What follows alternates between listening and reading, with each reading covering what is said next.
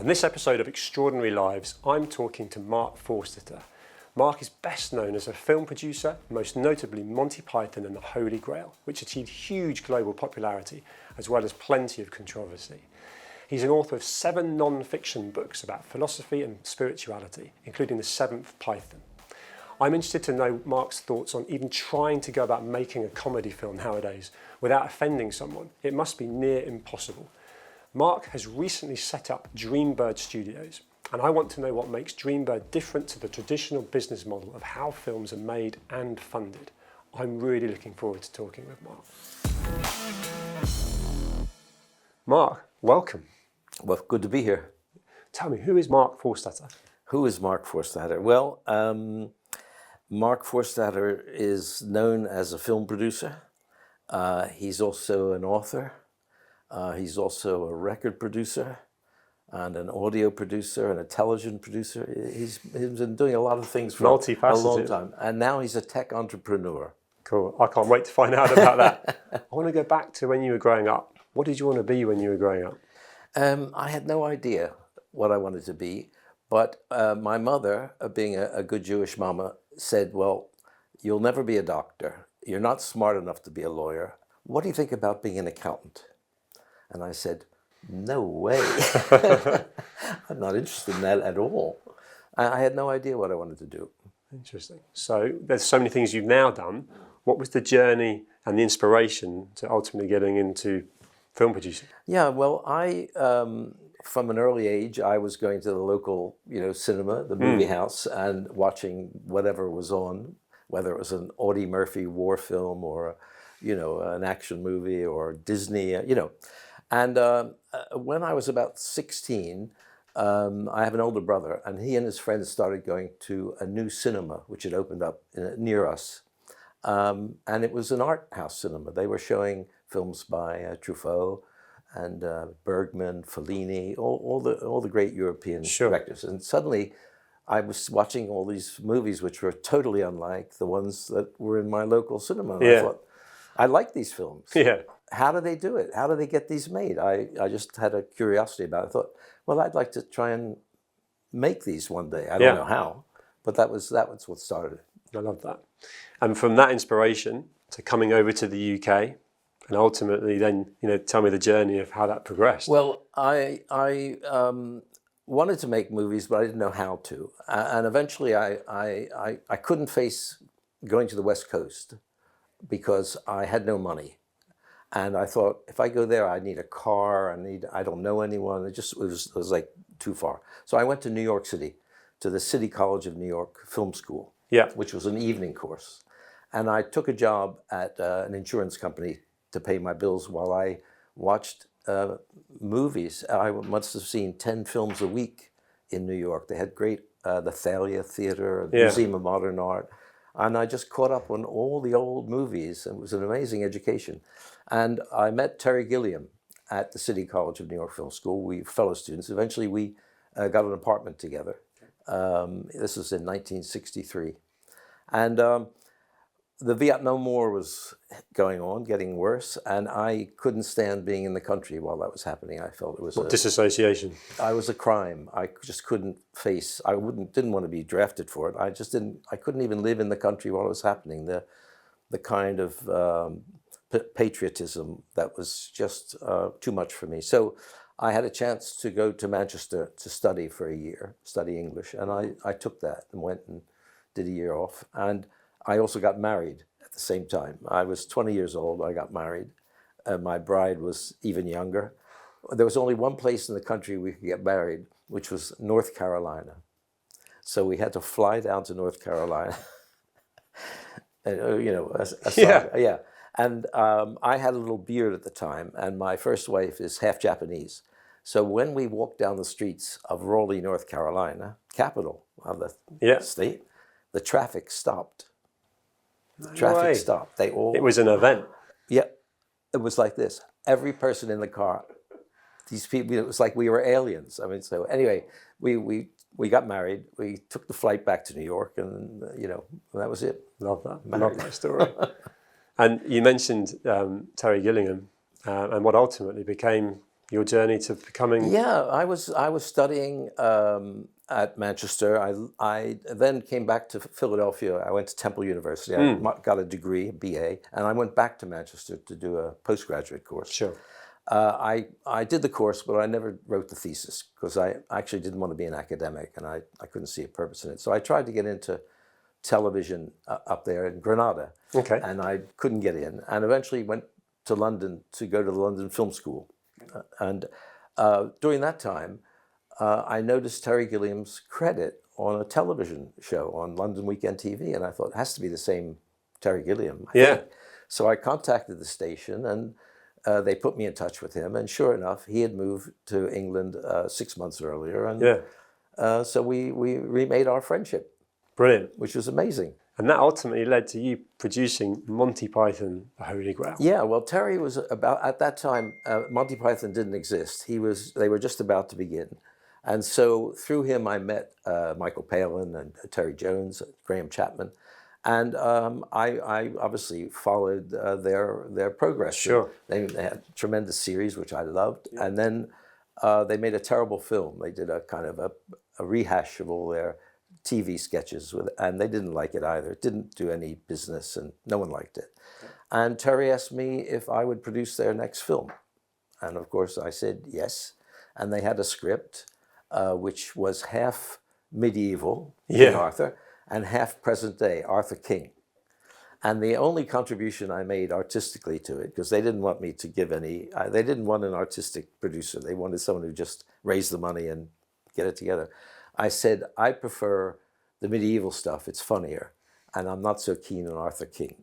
So they kind of agreed, and then they rewrote it, so it became the... So you massively influenced the outcome of Monty Python and the Holy Grail. Yeah. I mean, look, it was very obvious to me. I wasn't an experienced producer, right? This is my first film, but I recognized that this was a funnier idea than the other, and I thought, well, why not just expand it? And they poo-pooed it, so, oh, no, we won't do that. And then they wrote it. Yeah. Because, and they got it right. And what a global success that film was and is. Yeah. But of course associated with a lot of controversy. And I'll tell you what's interesting to me is just in your capacity now, or someone in your capacity making films, producing films, especially if they're trying to make a comedy, how do you go about that in today's world? Are you going to offend everybody potentially one way or another? It must be a minefield. But knowing in the previous chat that we've had that there are ideas and potentially how to get those ideas to come to fruition, I'd love to know about your new venture. Yeah. Well, my partner, Nathan Newman, and I, we made a film after COVID called Swipe Fever. It's a rom-com for Gen Z. It's for 20-year-olds. Nathan's 30. I'm, well, so we realized how hard it was, to make a film, produce one, raise the money, and then even after you've done that, to distribute it is even harder. And so many producers just can't get their films really properly distributed. You know, they might end up with them on some streamer somewhere. But that's like putting a book in a library. You know, I mean, how do people know about it? There's no marketing, and no one, you know. So we realized it was really almost impossible to make an independent production anymore. Really hard. Yeah. So we thought, well, how would we like it to be? What if we were starting it from scratch? What would the system be that we think could work? Sure. And so we've come up with a new structure, a new ecosystem for the film industry that will work for the 21st century. But I know. Tell me more. Tell us all more. Okay, well, what we worked out was that every film in history has been funded by the audience. Yeah. They bought tickets. They watched ads. They pay subscriptions. Sure. But they've never had a say in what got made. Yeah. They had to take what was offered to them by a small group of studios. And yet they are the paying punters, right? It's there, yeah, exactly. And they paid for all the films have been paid by that. So we decided that there were two main parties in this whole business. There's buyers and sellers. Mm-hmm. The buyers are the viewers, the audience. And the sellers are the producers, the directors, the writers, the creators. So we're creating a platform that puts them together. Right. And they can socialize, they can talk, they can communicate, they can collaborate, they can fund, and there'll be a streaming service where they can show what they make, and there'll be tools for them to make productions, and anyone who is interested in becoming a producer or learning can come on this platform and do it, and it will be really you know, a new film industry. Amazing. So this is Dreambird Digital. This is Dreambird Studios. Yeah. Well, Dreambird, we call it Dreambird, but it's in two parts. Dreambird Digital is the infrastructure. That's what I've just described. Yeah. And Dreambird Studios is our own production company, because we'll make films for the platform as well. Yeah. As well as other people. So we're giving people the tools to make films, and we're making them as well. And anyone can do it. I mean, there was a couple called the Tofflers, Alvin and Heidi Toffler. 1980, they wrote a book called The Third Wave. Okay. And in The Third Wave, they predicted that around this time, 2020 or so, that the technology would be such that the viewers would turn into what they called prosumers. That is, they would be interested more in being engaged, and even in producing. They would be interested in having their own, right? Which is what's happening. That's Instagram and that's YouTube, right? It's the future. They predicted it. So that's what we're doing. We're giving fans, prosumers, and viewers a way to have a say in what they're going to see, and to pre-buy a viewing. Yeah. So they can pre-buy a stream. And this is not available right now. No one else we haven't built it. No, but is anyone else doing it? No one's doing it, no. We're the only people doing it. As far as we know. I mean, there are people who are doing bits of it. Yeah. But it's no good doing. You're connecting up all the parts. Exactly. And they all work together. Love that. You can't just do it. You can't just say, oh, we'll make production with NFT money. Well, what about distribution? You're still stuck. Yes. You know, you can make a film, and then what do you do with it? Yeah. That's the problem. Brilliant. That sounds awesome. So you've made over 30 films. We've clearly all heard of Monty Python, Holy Grail. Not a lot of the other ones in context. I'm interested in how you value success and what you learn from failures. And are there films you've made that you've been super proud of and thought would do well and haven't, and kind of why? And are there films you've made that, for whatever reason, have done particularly well with a certain audience, but you've been surprised haven't been more mainstream? I'm just interested in that sort of concept. Well, I've been lucky in that I've made two classics. One is Monty Python, the Holy Grail, which over time I think may well become the #1 comedy film of all time, because it's historical, it's unique. Period, and unique, and the comedy still works. So it's been rising in that chart. Who knows? I don't know who makes that chart, but anyway, it's been rising in the chart for 50 years. I also made a little sci-fi horror film called Extro in 1982 with a director called Harry Bromley Davenport. And that's a cult classic. People who know that film really like it. It's an amazing kind of surreal movie. I'm very proud of that film. It did very well, and it's still alive. So I've got two classics. That's not bad. I've made a few films that didn't work, and I learned from them. That's what you do. And I made some that were very interesting and important, but didn't actually get a very big audience. But they did all right. I mean, I made a couple of films for HBO that were good, very well-made films. They liked those, but they weren't breakout films. But you know, it takes a long time to learn how to make a film. Sure. I mean, to make a good film. You can make a film. Anyone can make a film. Yeah. But it's not going to be very good unless you're a genius. So you learn from your failures. Yes. And that's one of the things that Dreambird is going to do. Dreambird is going to increase the chances of great films, because there'll be many, many more made, and it'll lower the cost of failure.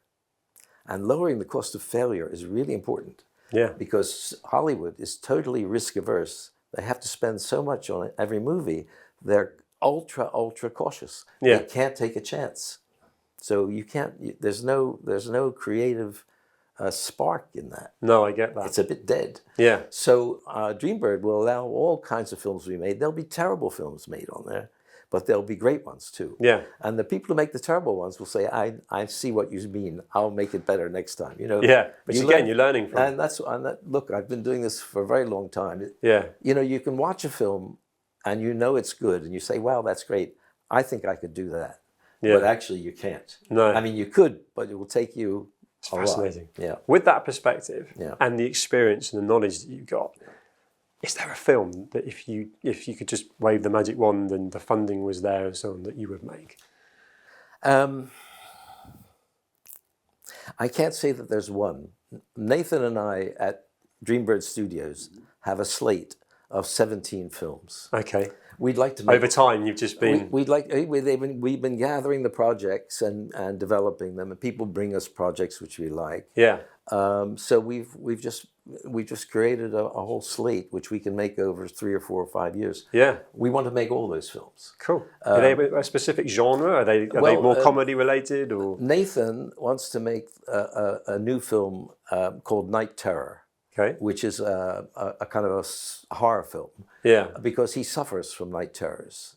You know, night terrors, about half the population, or at least a third of the population, have these night terrors. They have nightmares in the middle of this night. Sure. And wake up sweating and they see kind of figures. Like there's this old woman, this hag figure. There's this man, the tall, strange man. And they are recurrent figures to many, many people. So he suffered that all his life. He wanted to make a film about that. Sounds terrifying.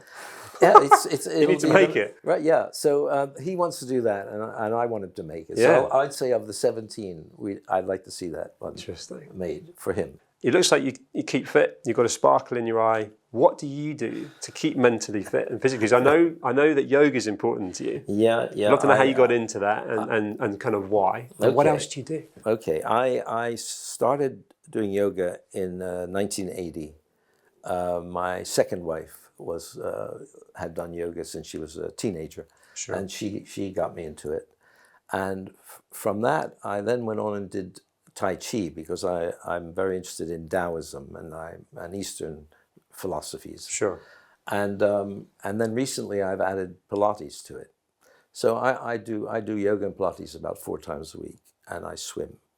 And yes, I'm fit because 2 years ago I did a blood test and my doctor said you're pre-diabetic, which scared me a lot, right? So I said, I've got to change my diet. And I cut out cake, ice cream, most fruit drinks. In other words, a lot of sugar.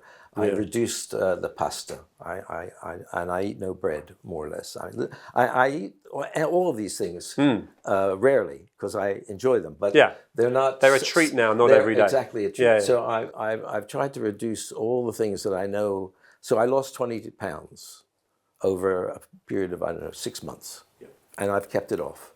Cool. So that's a lot of it. I like that. Mentally, I've learned from Taoism.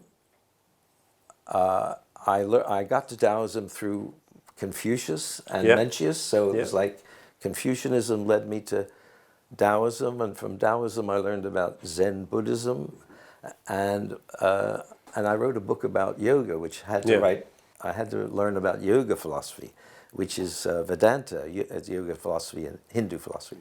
So I've spent a hell of a long time learning about those Eastern philosophies and figuring out what in them is valuable. And what's valuable is very simple. Meditation is really very valuable and crucial. I meditate every week. I meditate only 1 day a week. I don't have time to do more. There are people who do. I think it's great if they can. But once you get into the practice and habit of meditating, it's very easy to have a meditative mind. Sure. You don't need to be sitting formally doing meditation to be in a meditation. And Tai Chi is a moving meditation. So that's, Yeah, that's fascinating. And I know you've written books on philosophy and on the yoga, which is, again, part of your multifaceted journey. I'm also interested, these are ways of de-stressing. You've had a fair share of stress coming your way. One of the books is The Seventh Python, and what happened there with the journey of what must have been such an enjoyable, fun time with the other Monty Python guys to then have to go to court and fight them. Tell me more about that. Well, you know, making a film isn't a fun time, even if the film turns out to be fun. It's always hard. Well, I It's hard imagined work. it would. I mean, it just, you know, when you watch the film, you just imagine behind Yeah. the camera, but it wasn't that for you. No, it's too. There's too many things going on that Sure, are tough. the pressure. And, yeah, so it's not fun. But when you look at the results, yes, you can laugh at the Sure. results. That's great. That's what matters. In fact, there's many films where if the crew and the cast are really having a great time, it's sometimes you know the film's not going to work because they're somehow, you know, that's not getting communicated on screen. But anyway, that's that's just a professional kind of thing. But it's experience. Yeah. So yeah, I made Monty Python the Holy Grail. It became an instant success, and it's made the Pythons each £2 million. Terry Gilliam and Terry Jones became directors because of that film. That was their first film. Michael Palin and Graham Chapman became leading actors. And Eric Idle was able to make Spamalot, the musical based on the Monty Python and the Holy Grail, which made him millions of dollars. But 30 years after making the film, their manager questioned my invoices. 30 years of invoices, which they paid. He questioned my invoices, and I was really stressed. It was you know, I mean, he's saying, you know, you've been cheating us for 30 years. You know, that's not what's been happening. That's the deal. This was the contract. He said, no, we've reread the contract. We think you're not following it. So suddenly, I'm faced with losing half of my royalties, which, you know, at some time I was living on, and I tried to. It took me 8 years to try and convince them not to pursue this, and we did a mediation, but they wouldn't. They didn't let go. I had to take them to court. That's stressful. Even though I had no desire to go to court. So it took 8 years. I was trying to not go to court, and then of course the court case was, you know, obviously very stressful. So during all this time, I've written about it in my book. It was meditation, and it was thinking about Taoist principles and ideas that kept me balanced and kept me going. So, I mean, I've had a lot of experience. I'm a fairly strong person physically, and I became strong mentally, I guess, from all the things I read. So I could cope with it. But even so, when the court case ended, I was actually physically in not a very good shape. I had a lot of my guts were screwed up, and I could feel that the stress had this Physical symptoms, on me. Now, I didn't have a heart attack, but I'm sure that happens to people from this kind of thing. And so I then had to spend a good couple of years getting myself back in the shape I was in. And actually, it's taken me more than 2 years. It took a long time. So I could understand that stress is a killer. Yeah. And I felt, as you can imagine, betrayed by them. Throughout your career, you've had success. I'd love to know, sitting here now with you, all the things you've achieved, the legacy side of things, the family and so on, but how do you define success? I've had more failure than success. I've made a lot of films that didn't succeed, and it didn't work. My books are not bestsellers. So you could say they're failures, right? If they're not in the top, you know. Yeah. So Taoists say success and failure, same thing. Nothing, there's no difference with them. They don't mean anything. You know, it's just ways of looking at things. I'm a success, I'm a failure, I'm a loser, I'm a winner. This is all nonsense. This is crap. And this is something you've gone on an evolution and learned in your journey. So the definition of success for you in your 20s, for example, would be totally different to that. I was an ambitious young guy, and I wanted that film to succeed. I thought I could run a studio in Hollywood and all kinds of things, right? But I'm glad I didn't, because had I gone down that route, I wouldn't be here talking to you today. Interesting. In all kinds of ways. Yeah, you're so interesting to talk to, and I'm very glad you have made time to talk to me. I would love to continue talking longer, but we've run out of time. Okay. But thank you so much for All right, everything John. you've shared with me. I've loved talking to you. Well, this has really been a great conversation, and as you said, we'll have some more talks 100%. later. Okay, Thank you, Mark. Thanks, John.